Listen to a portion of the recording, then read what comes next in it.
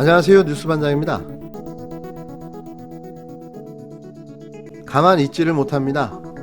입이 근질근질해서 참을 수가 없는 모양입니다. 범죄 의혹과 정황들이 곳곳에서 밝혀지고 있지만 검찰은 소환조차 안 하고 있는데요. 그것도 무려 12번을 검찰에 고발했는데 말이죠. 이쯤 되면 누군지 대충 짐작하시죠? 저도 재수가 없어서 길게 이야기는 않겠습니다. 확실히 서울시장에 출마를 할 모양이기는 한데요. 오늘 한 매체와의 인터뷰를 통해 또 망언 제조기다운 망언을 쏟아냈는데요. 달창, 반민특위, 대일민국, 자위대 창설 기념일인 줄 몰랐다에 버금가는 주옥 같은 말들이 방언 터지듯 터져나왔습니다. 이야기하면 길어져서 압축하고 또 압축하고 요약하면 이렇습니다.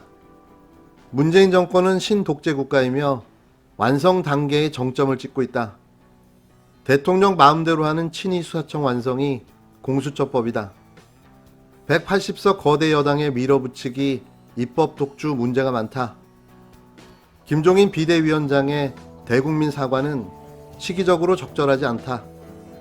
대권이든 재보선이든 당의 문호를 여는 게 좋다. 뭐 한마디로 존재감 부각과 국힘당에서 자신에게 신경을 좀 써달라는 투정인데요. 이런 범죄 혐의자가 서울시장 후보자로 나온다는 게 가당키나 한 걸까요? 왜 이들은 이토록 뻔뻔할 수 있는지 정말 궁금합니다. 어디 성형외과에서 얼굴 두껍게 해주는 시술이라도 받은 걸까요? 검찰에 자진 출두해서 조사받기를 권해드립니다. 그리고 꼭 처벌을 받으시고요. 그러고 나서 서울시장에 출마를 하시던 제주시장에 출마를 하시던 하는 게 도리입니다. 새겨 들으십시오. 나경원 씨. 추미애 법무부 장관이 전격 사의를 표명했지만 사표 수리 전까지는 정직 2개월의 징계가 확정된 윤석열 검찰청장의 힘 빼기를 위한 모든 조치를 지속할 것이란 전망이 나오고 있습니다. 청와대는 일반적으로 장관이 사의를 표하면 바로 사표를 수리하거나 반려하는 걸 원칙으로 해왔는데요. 하지만 추 장관의 경우 사퇴 의사만 밝혔을 뿐 사표 수리를 언제 할지 그 시점에 대해서는 알려진 바가 없습니다.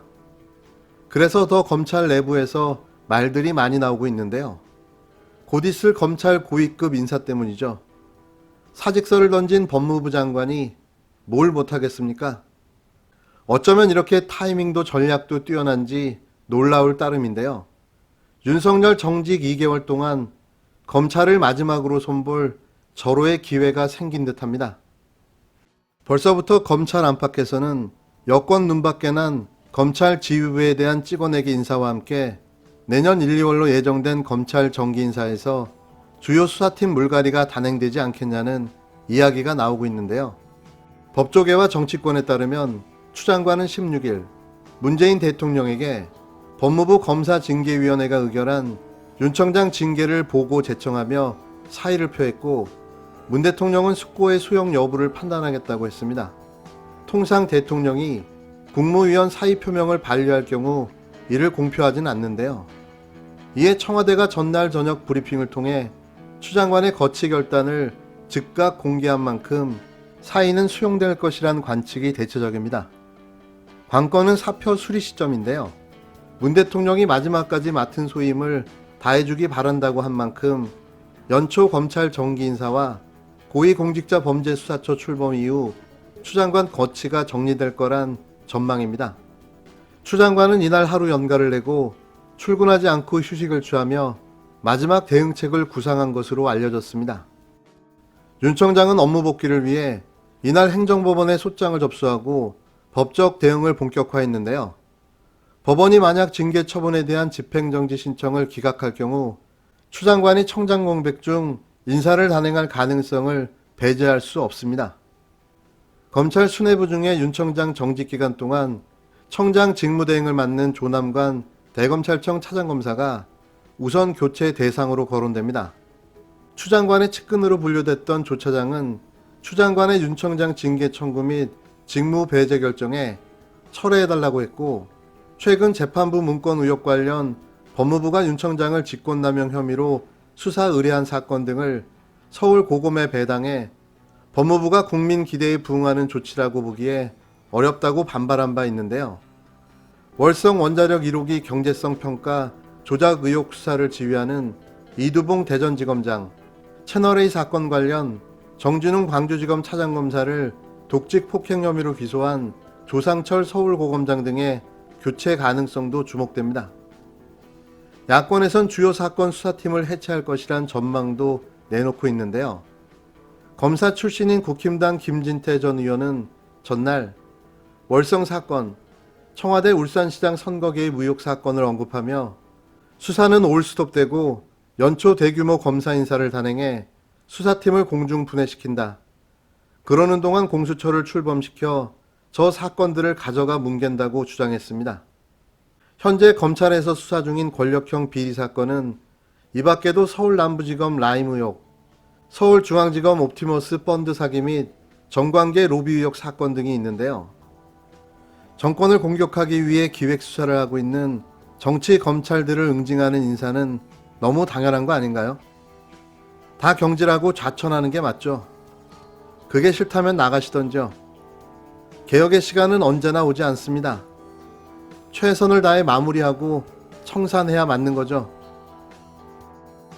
인간의 노화가 지금 점점 지연이 돼서 사람들이 늙은 나이까지 일을 많이 하세요. 70대도 청춘이라고 하지 않습니까? 이게 지금 비극을 빚고 있는데, 옛날엔 지검장, 고검장 하면 전부 다 은퇴해서 변호사로 생활하다가 한 10년 있다 정말로 은퇴해서 그냥 여생을 편하게 보내시던 분들이 이게 이 전통이 무너지고 있는 게 좀 큰일입니다. 최초의 등장자는 저는 최교일 지검장이라고 생각하고 있는데, 이분이 지검장까지 하고 고검장까지 하다가 지금 정치에 뛰어들고 나서 검사들이 이래도 되는 건가? 이런 분위기가 만들어지면서 무슨 비극이 생기냐 하면, 부산 고검장 출신의 황교안 씨가 법무부 장관, 국무총리를 거쳐서 정치 일선에 들어오면서 대권 주자로 부상을 하죠. 근데 이 과정에서 보면 성대 후배인 윤곽근, 그다음에 공안검사 후배 출신인 정점식, 그다음에 경기고등학교 후배인 유상범, 이렇게 3명의 지검장, 고검장들이 정치로 들어오는데 이전까지 없었던 일이에요. 왜냐하면 50대 후반에 지검장까지 마치고 고검장까지 마치고 다 일원으로 하는 사람들이 국회 와서 초선 의원을 한다는 게 말이 안 되는 거였거든요. 근데 이런 룰이 깨지는 거예요. 왜냐하면 60대는 국회의원 3선 정도 하고